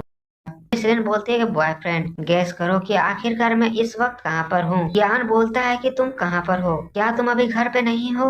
और मिस लिन हेलीकॉप्टर से बोलती है, बेबी मैं सेंजू में हूँ। हा हा हा। यान जैसे ही सुनता है कि वो सेंजू में है वो हैरान होते हुए मन में बोलता है कि आखिरकार वो सेंजू में क्या कर रही है और वो थोड़ा सा घबराते हुए पूछता है, आखिरकार तुम सेंजू में क्या कर रही हो? यहाँ पर बहुत ही ज्यादा तबाही मचा हुआ है, क्या तुम इसके बारे में नहीं जानते हो? मिस लिन बोलती है कि तुम्हें इस चीज का फिक्र करने की जरूरत नहीं है, मैं बस तुम्हें एक बात बताने के लिए फोन की थी कि मैंने एक अमेजिंग जॉब को पा लिया है और ये जॉब मेरे कुछ समय पहले ही लगा है। यान शौक होते हुए पूछता है कि किस तरह का जॉब? मिस लिन बोलती है, मैं हीरो एसोसिएशन का एक ट्रेनी जर्नलिस्ट बन चुकी हूँ। आखिरकार ये कैसा है? तुम भी सुन के हैरान हो गए होगे है ना? और तुम्हें मैं बता दूं और ये बात सुन के तुम और भी ज्यादा हैरान हो जाओगे कि मैंने अभी तुरंत ही स्वॉर्ड सील का इंटरव्यू लिया है और मैं तुमको बता देती हूँ कि मैं उस मिस्टीरियस आदमी को इंटरव्यू करने के लिए जा रही हूँ और मैं बस रास्ता में ही हूँ। और जैसे ही यान मिस लिन की इतने सारे शॉकिंग न्यूज को सुनता है तो मानो उसके गोटे ही मुंह में आ गए हो और उसके मुंह में अटक गए हो और जिसके वजह से उसके मुंह से आवाज भी नहीं निकलता है और वो मन में घबराते हुए सोचता है, मिस लिन हीरो एसोसिएशन के मदद से मेरे तरफ जल्दी ही पहुंच जाएगी और मुझे जल्दी ही ढूंढने में सक्षम रहेगी। आखिरकार मुझे इस वक्त क्या करना चाहिए। और वो अपने जज्बातों को कंट्रोल करते हुए मिस लेन को बधाई देता है और वो बोलता है कि बहुत बहुत अच्छा हुआ कि तुम्हें एक नया जॉब मिल गया। मैं तुम्हारे लिए इस खुशी के अवसर पे एक अच्छा सा गिफ्ट प्रिपेयर करूंगा और मैं तुमसे जल्दी ही मिलूंगा। मिस लेन भी बोलते कि हाँ यान, तुम बहुत ही अच्छे हो, मैं भी आशा करती हूँ और हम लोग जल्दी ही मिलेंगे। और यान वहाँ से अंधेरे की तरफ चले जाता है, जिसे देख के प्रीस्ट और ग्रेट विजार्ड भी खामोश होता है। ग्रेट विजार्ड बोलता है ये तो बस एक कॉमनर था और वो अपने स्वीट हार्ट से बात कर रहा था। मुझे इसके बातें सुन के बहुत ही ज्यादा जेलसी महसूस हो रहा है। लेकिन यान अंधेरे में जाके अपने आउटफिट को दोबारा चेंज कर लेता है और इस चीज को सेंस करके वो प्रीस्ट बहुत ही ज्यादा घबरा जाता है और वो बोलता है कि नहीं नहीं, हम लोग उसके द्वारा गधा बनाए गए हैं, वो फिर से इधर ही आ रहा है। और हम देखते हैं कि यान अपने स्नेक वाले आउटफिट में दोबारा आकर उन बंदों के ऊपर अटैक करने के लिए आ जाता है और अचानक से उसे इधर आते हुए देखकर वो ग्रेट विजार्ड और प्रीस्ट भी बहुत ही ज्यादा घबरा जाते हैं। और अचानक से वो ग्रेट विजार्ड अपने मैजिक्स के मदद से दो उल्फ को समन करते हुए स्नेक के ऊपर छोड़ देता है। लेकिन हम देखते हैं कि स्नेक अपने शैडो एबिलिटी की मदद से आसानी से उन उल्फ से बच जाता है और वो उल्फ स्नेक के आर पार हो जाते हैं। वो प्रीस्ट बोलता है कि हमें इसी तरह के अर्थ टाइप के बीस्ट चाहिए जो इसके साथ डील कर सकें। वो ग्रेट विजार्ड भी बताता है कि यहाँ पर जितने भी क्रिएचर मेरे द्वारा समन किए गए हैं वो सब क्रिएचर एक एबिलिटी यूजर है। वो लोग अपने एनिमी को रिएक्ट करने का भी टाइम नहीं देंगे। और ये सब देख के स्नेक अपने शैडो एबिलिटी को रिलीज करता है और बस अपने शैडो के मदद से उन बीस्टों को बीच से काट डालता है और वो बिजली के रफ्तार से उनके पीछे आते हुए उनके भी सीने में अपने शैडो को गाड़ देता है और आर पार कर देता है। और इतने अचानक हमले से वो लोग भी अपने आप को बचा नहीं पाते हैं और वो प्रीस्ट अपने आप को घायल पाके बहुत ही ज्यादा हक्का बक्का हो जाता है और वो पूछता है आखिरकार ये कैसे हुआ, क्या तुम एक इलेक्ट्रिक यूजर नहीं हो। स्नेक बोलता है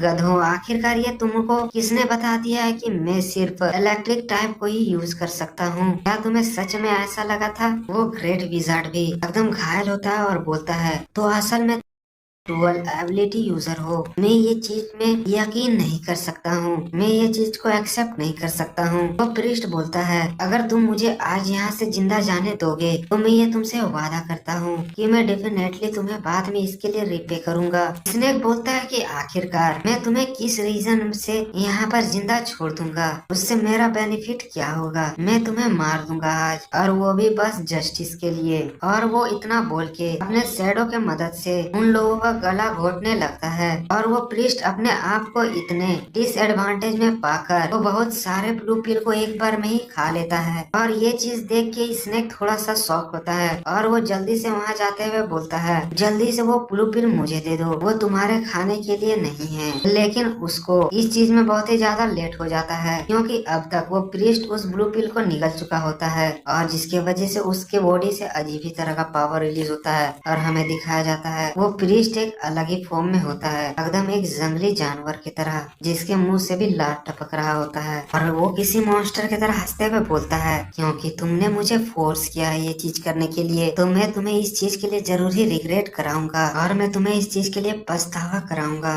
और वो अपने मुंह के अंदर हाथ डालते हुए एक बहुत ही बड़ा सा एक वेपन को निकालता है जो एक कुल्हाड़ी और भाला का मिक्सचर होता है। स्नेक उसके वेपन को देखते हुए बोलता है मुझे इसके वेपन के अंदर से सेम ऑरा महसूस हो रहा है जो मैंने कुछ देर पहले ब्लेंसिया के वेपन से महसूस किया था। और वो प्रीस्ट अपने वेपन को निकालते हुए बोलता है मेरे पास स्पेयर ऑफ जस्टिस है, क्या तुम्हें ये देख के बहुत ही आश्चर्य हुआ, क्या तुम हैरान हो। और हमें दिखाया जाता है वो प्रीस्ट को जो किसी जंगली जानवर की तरह दिख रहा होता है और उसके वेपन में एक large amount of aura release हो रहा होता है। और वो बोलता है अब तुम नहीं बच सकते हो मेरे स्पेयर ऑफ जस्टिस से, अब तुम यहीं पर खत्म हो जाओ।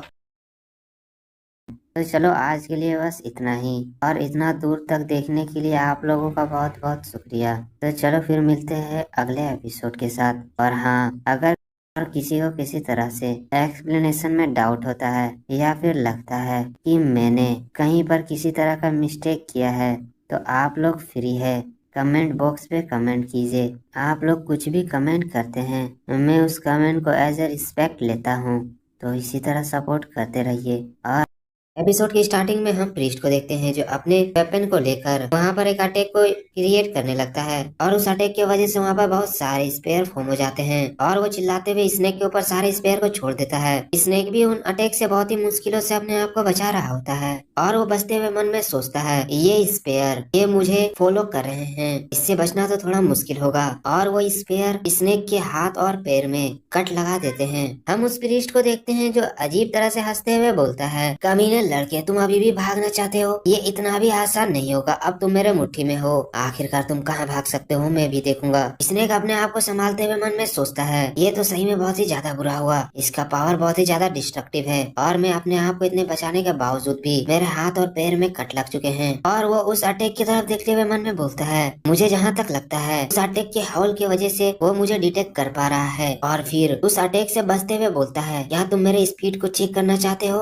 वो प्रीस्ट हंसते हुए बोलता है कि क्या स्पीड, तुम्हें क्या लगता है कोई ऐसा चीज होगा जो लाइट से भी ज्यादा स्पीड होगा। स्नेक अपने सुपर ब्रेन को एक्टिवेट करते हुए बोलता है कि क्या लाइट, और वो हंसते हुए वहां से टेलीपोर्ट कर जाता है और उन अटैकों से बचते हुए प्रीस्ट के ऊपर इंस्टेंट शैडो स्लेश से अटैक कर देता है। और ये चीज इतना तेजी के साथ हुआ था कि प्रीस्ट को भी इस चीज का एहसास नहीं होता और स्नेक के इंस्टेंट टेलीपोर्टेशन की वजह से प्रीस्ट का अटैक भी आ लगता है। और इस चीज को एहसास करते हुए प्रीस्ट भी बहुत ही ज्यादा घबरा जाता है और वो हंसते हुए ही अचानक बोलता है आखिरकार ये कैसे हुआ। हमें दिखाया जाता है कि प्रीस्ट का अटैक प्रीस्ट की तरफ ही आ गया होता है और सारे स्पेयर प्रीस्ट के अंदर घुस जाते हैं और प्रीस्ट वहीं पर मर जाता है। प्रीस्ट मरते हुए बोलता है मेंटल स्पिरिट एबिलिटी, कमीने कहीं के तुम डुअल एबिलिटी यूज नहीं कर सकते बल्कि तुम एक साथ 3 एबिलिटी को यूज कर सकते हो। और वो प्रीस्ट अपने आप को हील करने का कोशिश करता है लेकिन ये चीज वहाँ पर फेल हो जाता है। यान बोलता है कि अगर तुम एक बार हील हो जाते हो मैं तुम्हें दोबारा मार डालूंगा। और उस प्रीस्ट के मरने के बाद स्नेक उसके एबिलिटी को एब्जॉर्ब कर लेता है। वो एक एयर रैंक का एबिलिटी होता है जिसका नाम हार्ट ऑफ लाइट होता है और वो एक हीलिंग टाइप का एबिलिटी होता है।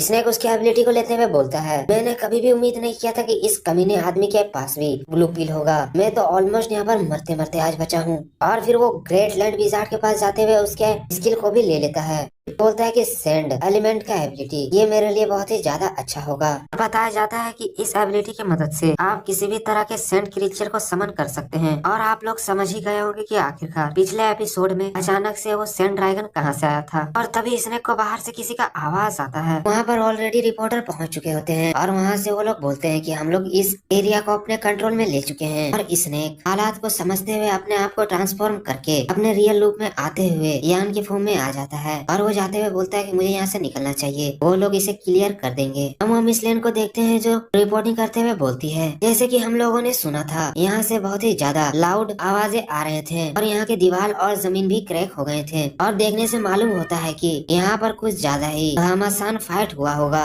और फिर वो अंदर की तरफ चली जाती है लेकिन वहाँ पर वो देखती है कि प्रीस्ट और वो ग्रेटलैंड विजार्ड वहाँ पर मरे पड़े होते हैं, वो भी बहुत ही ब्रूटली तरीके से। और जिसे देख के मिस लेन भी हैरान होते हुए बोलती है कि ये क्या है, ये तो सेंट ऑर्गेनाइजेशन का लीडर है, आखिरकार इसका हालत ऐसा कौन कर दिया। बंदे कमेंट में करते हैं कि आखिरकार इसके सीने में इतने बड़ा भाला कौन घुसाया होगा। कोई और कमेंट करता है कि बहुत ही अच्छा हुआ, इसी तरह इन बुरे कमीनों के ऑर्गेनाइजेशन को खत्म हो जाना चाहिए। और इसी तरह पब्लिक तरह तरह का कमेंट कर रहे होते हैं। और फिर ग्रेटलैंड विजार्ड की तरफ देखते हुए लोग बोलते हैं यहाँ पर और एक है, मुझे लगता है कि ये उनका अंडरलिंग होगा। और इतने बुरी तरीके से सबको मरे देखकर मिस लिन का हालत बहुत ही ज्यादा बेहाल हो जाता है और फिर वो अपने आप को कंट्रोल नहीं कर पाती है।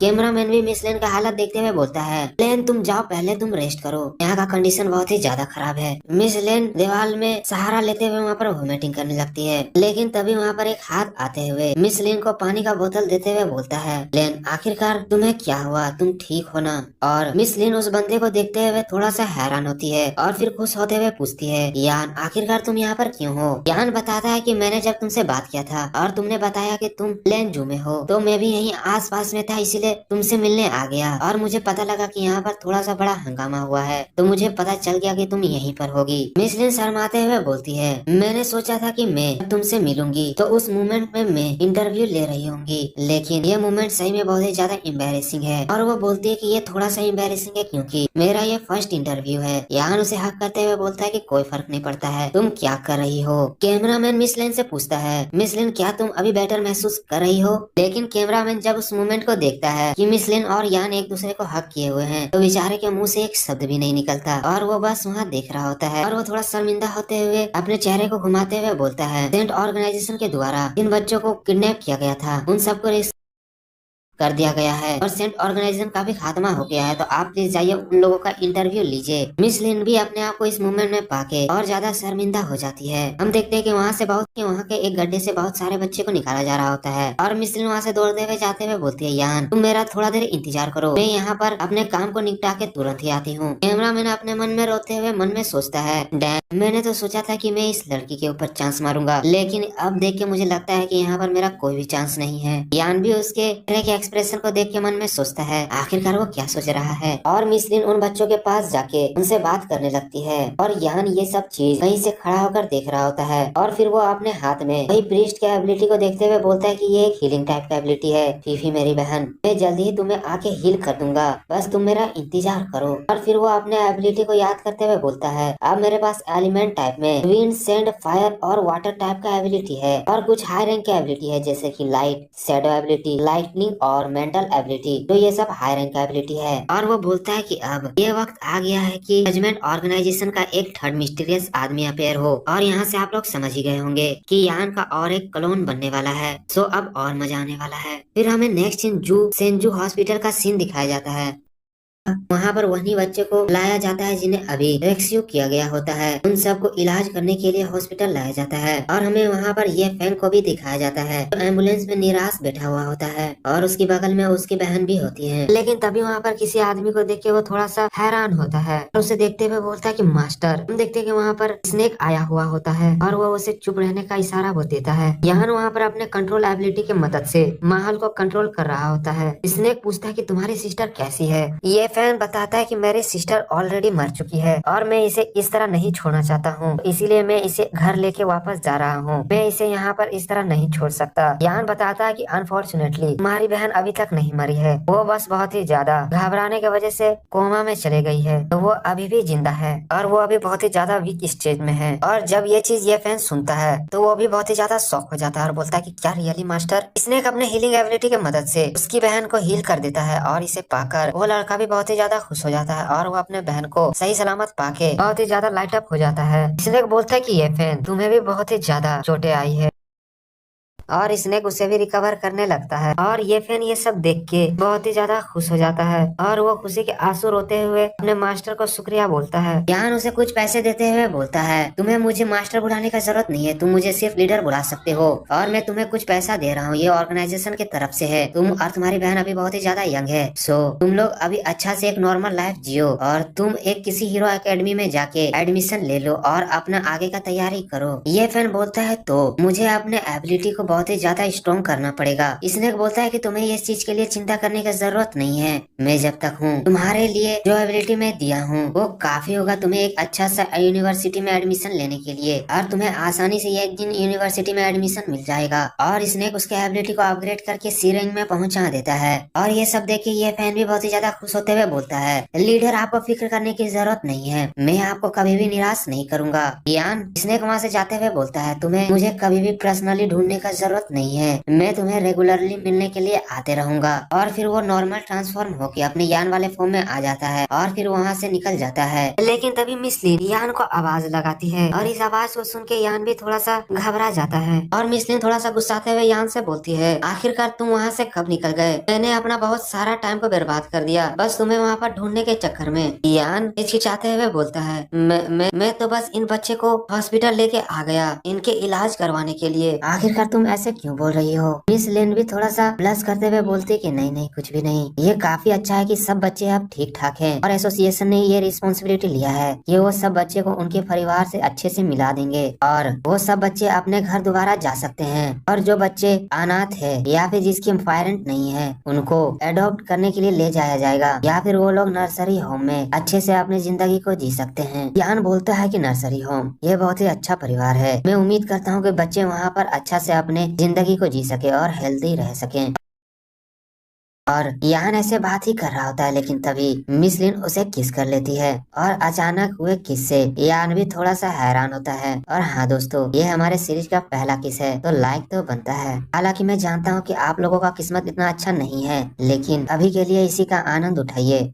फिर नेक्स्ट सीन में हमें हॉस्पिटल को दिखाया जाता है, जहाँ पर हमें यांग को अपने सिस्टर फीफी के सामने दिखाया जाता है और यान अपने वही हीलिंग एबिलिटी को अपेयर करते हुए बोलता है, फीफी मैं उम्मीद करता हूँ कि इसके वजह से तुम पहले के जैसा ठीक हो जाओ। और उसे हील करने का कोशिश करता है, लेकिन कुछ देर हील करने के बाद वो भी शांत हो जाता है, क्योंकि वहाँ पर किसी तरह का भी रिएक्शन नहीं होता है। यान बोलता है कि क्या आखिरकार यहाँ पर किसी तरह का रिएक्शन क्यों नहीं हो रहा है? फीफी फीफी आखिरकार तुम क्यों नहीं उठ रही हो? ये हीलिंग फेल हो गया, आखिरकार ऐसा क्यों हुआ? लेकिन यान किसी चीज को देख के थोड़ा सा हैरान होता है। वो बोलता है कि आखिरकार वो क्या चीज है। हम देखते हैं कि फीफी के ब्रेन से किसी तरह का ब्लू लाइट निकल रहा होता है और यान उस ब्लू लाइट को छूते हुए बोलता है, आखिरकार ये क्या है? ये ब्लू लाइट जो मेरे बहन के अंदर से निकल रहा है और ये बहुत ही फास्टली ग्रो भी कर रहा है। और वो शौक होते हुए बोलता है, ये ब्लू लाइट इसके मेंटल स्पिरिट को ऐसे फूड डिवावर कर रहा है। और फिर वो समझते हुए बोलता है कि मुझे पता चल गया, ये चीज कुछ आसान नहीं है जो मैं आसानी के साथ हीलिंग एबिलिटी के साथ इसे हील कर सकूं। ये चीज बहुत ही जल्दी फीफी के अंदर ग्रो कर रहा है। अगर मैं इसका इलाज जल्दी ही ना ढूंढ पाऊँ, ये फीफी के लिए बहुत ही ज्यादा डिफिकल्ट होगा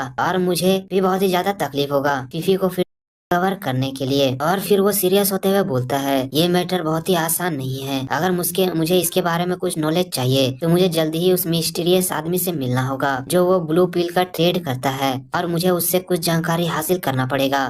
और फिर वो अपने ट्रांसफॉर्म क्लोन और मेटल कंट्रोल एबिलिटी को निकालते हुए बोलता है, वो बोलता है कि मुझे वहाँ जाने से पहले इन तीनों एबिलिटी को अपग्रेड करना होगा और मुझे अपने कॉम्बैक्ट पावर को भी ताकतवर बनाना होगा। और फिर वो अपने ट्रांसफॉर्म एबिलिटी को सी रैंक में पहुंचा देता है और अपने क्लोन एबिलिटी को भी सी रैंक में पहुंचा देता है। और उस क्लोन एबिलिटी में बताया जाता है कि आप अपने क्लोन को क्रिएट कर सकते हैं जिसका आपका ओरिजिनल पावर से 1/8 पावर होगा, और वो बस 1 घंटा के लिए ही होगा। और फिर वो अपने मेटल ट्रांसफॉर्मेशन एबिलिटी को अपग्रेड करने लगता है और अपग्रेड करते हुए बोलता है कि मैं ये कर सकता हूँ, मैं इसे किसी भी तरह करके ब्रेक थ्रू करके एस रैंक में पहुंचा ही सकता हूँ। और वो बहुत ही ज्यादा मेहनत करने के बाद फाइनली मेंटल कंट्रोल एबिलिटी को एस रैंक में पहुंचा देता है। और यान का एक ये पहला एस रैंक का एबिलिटी होगा जिसका नाम मेटल कंट्रोल है। और उसके बारे में बताते हुए बताया जाता है कि आप इस एबिलिटी की मदद से आप 10,000 मेटल को एक साथ कंट्रोल कर सकते हो।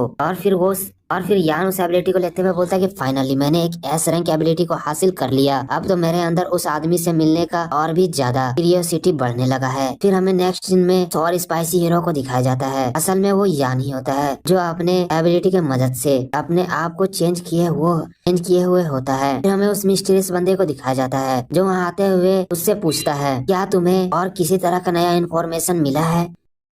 यान जो सौर स्पाइसी हीरो के रूप में होता है वो बोलता है, हाँ ऑफ कोर्स मेरे पास है। क्या तुम उस मिस्टीरियस यूजी बंदे का इन्फॉर्मेशन जानने में इंटरेस्टेड नहीं हो या वो बोलता है कि मेरे पास एक बहुत ही अच्छा जानकारी है जो उसके रिलेटेड है। क्या तुम्हारे पास इतने सारे पिल है जो तुम इस जानकारी को मेरे साथ ट्रेड कर सको? वो मिस्टीरियस बंदा बोलता है, तुम्हें फिक्र करने की जरूरत नहीं है। अगर तुम्हारा जानकारी एकदम सही निकला तो मैं तुम्हें उसका एक अच्छा कीमत दूंगा और तुम्हें मैं निराश नहीं करूंगा। यान बताता है कि तुमने कुछ समय पहले ये बात सुना ही होगा कि सेंजू में कुछ लफड़ा हुआ था और सेंट ऑर्गेनाइजेशन पूरा तरह से खत्म हो गया है। वो मिस्टीरियस बंदा बोलता है कि ऑफ कोर्स मुझे ये मालूम है, वहाँ पर सील स्वॉर्ड गई थी और वहाँ पर वो बाकी काम को हैंडल कर ली थी। यान बताता है कि वहाँ पर वो सील स्वॉर्ड यानी ब्लिंसिया वहाँ पर वो एक बहुत ही क्रूशियल इंफॉर्मेशन को शेयर की थी और ये था कि वो बताई थी कि उसको वहाँ पर एक मिस्टीरियस मास्क मैन ने हेल्प किया था जिसका नाम स्नेक था। हम देखते हैं कि वहाँ पर उस मिस्टीरियस आदमी को जो बोलता है कि ऑफ कोर्स मैं इसके बारे में जानता हूँ और मैं ये भी जानता हूँ कि स्नेक और यूजी वो बंदा वो दोनों सेम ही ऑर्गेनाइजेशन से बिलोंग करते हैं और ये कोई खास जानकारी नहीं है, ये तो सभी जानते हैं। वो यान वहाँ पर बोलता है कि मैं जानता हूँ कि ये सब जानते हैं, लेकिन मैं जिसके बारे में बताने वाला हूँ ये बस मैं ही जानता हूँ। और वो बताता है कि यूजी और स्नेक दोनों ही डुअल एबिलिटी यूजर है। तो मिस्टीरियस आदमी बोलता है क्या डुअल एबिलिटी यूजर? वो बोलता है कि इसमें क्या खास है, मैं भी उसका ऑर्गेनाइजेशन बस उन्हीं बंदों को ले रहा होगा जो डुअल एलिमेंट यूजर होगा। यान बताता है कि क्या तुम्हें लगता है उसके ऑर्गेनाइजेशन डुअल एबिलिटी यूजर को उठा रहा है? डुअल एबिलिटी यूजर इतने आसानी से मिलने लगे? नहीं, ये बिल्कुल भी पॉसिबल नहीं है। वो मिस्टीरियस मिस्टीरियस आदमी बोलता है कि आखिरकार तुम बोलना क्या चाहते हो।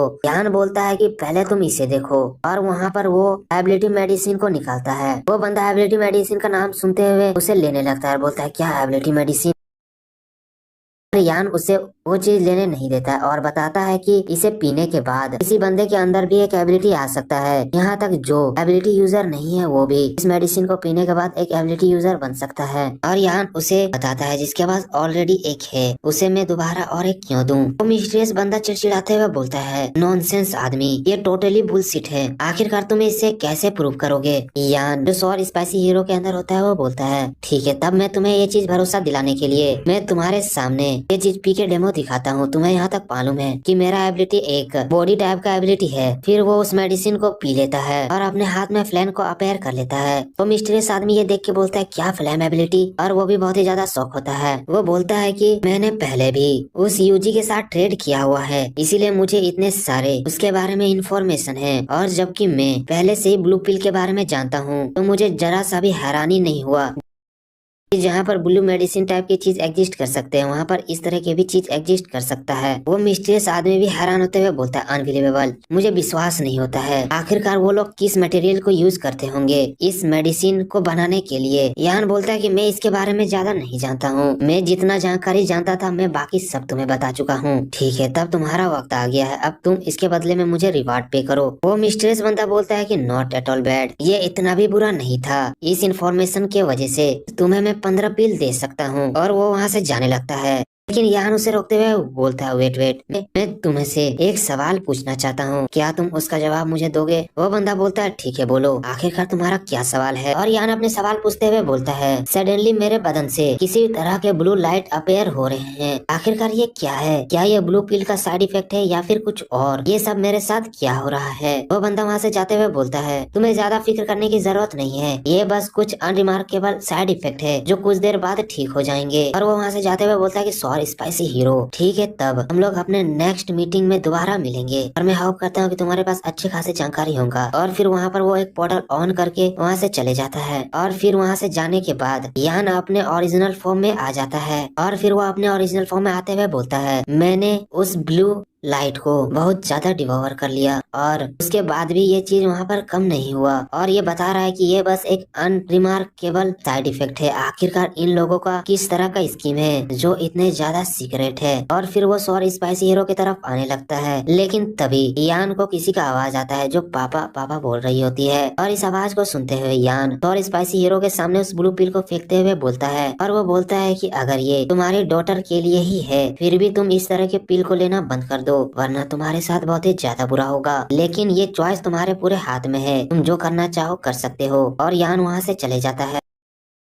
फिर हमें उसके डॉटर का सीन दिखाया जाता है जो छत के ऊपर आके अपने फादर को ढूंढ रही होती है। और फिर वो अपने फादर को एक जगह लेटे हुए देखती है और वो वहाँ जाते हुए बोलती है पापा आखिरकार आप रूफ टॉप में क्यों सो रहे हो। सॉरी स्पाइसी हीरो जागते हुए बोलता है कि सॉरी मेरी डॉटर, तुम्हारे फादर अचानक से यहाँ पर सो गए थे। उसकी डॉटर उस ब्लू पिल को देखते हुए बोलती है फादर आखिरकार वो क्या चीज है। और वो उसे उठाने के लिए चले जाती है, लेकिन सॉरी स्पाइसी हीरो उसे उठा लेता है और वो बोलता है कि ये कोई खिलौना नहीं है, ये कोई बच्चे को खेलने का चीज नहीं है, इससे तुम दूर ही रहना। और उसकी डॉटर अपने फादर के इस तरह के व्यवहार को देख के थोड़ा सा हैरान होती है। और सॉरी स्पाइसी हीरो मन में सोचता है मैं रूफ स्टॉप में आया था उस मिस्टीरियस बंदे के साथ ट्रेड करने के लिए, और आज ही के दिन में मुझे ब्लू पिल ट्रेड करना था और मैंने वो ट्रेड भी कर लिया। लेकिन आखिरकार मुझे उस ट्रेड का किसी भी तरह का मेमोरी याद क्यों नहीं है, आखिरकार मेरे साथ क्या हुआ। और फिर वो अपने आप को संभालते हुए बोलता है अपने डॉटर से टेन चलो अब हमें यहाँ से चलना चाहिए, तुम्हारे केक को आज हम लोग काटेंगे क्योंकि आज तुम्हारा बर्थडे है। और वो लोग वहाँ से चले जाते हैं। तो चले मिलते हैं फिर से नेक्स्ट एपिसोड में, और तब तक के लिए टाटा बाय बाय, और यहाँ तक देखने के लिए थैंक यू।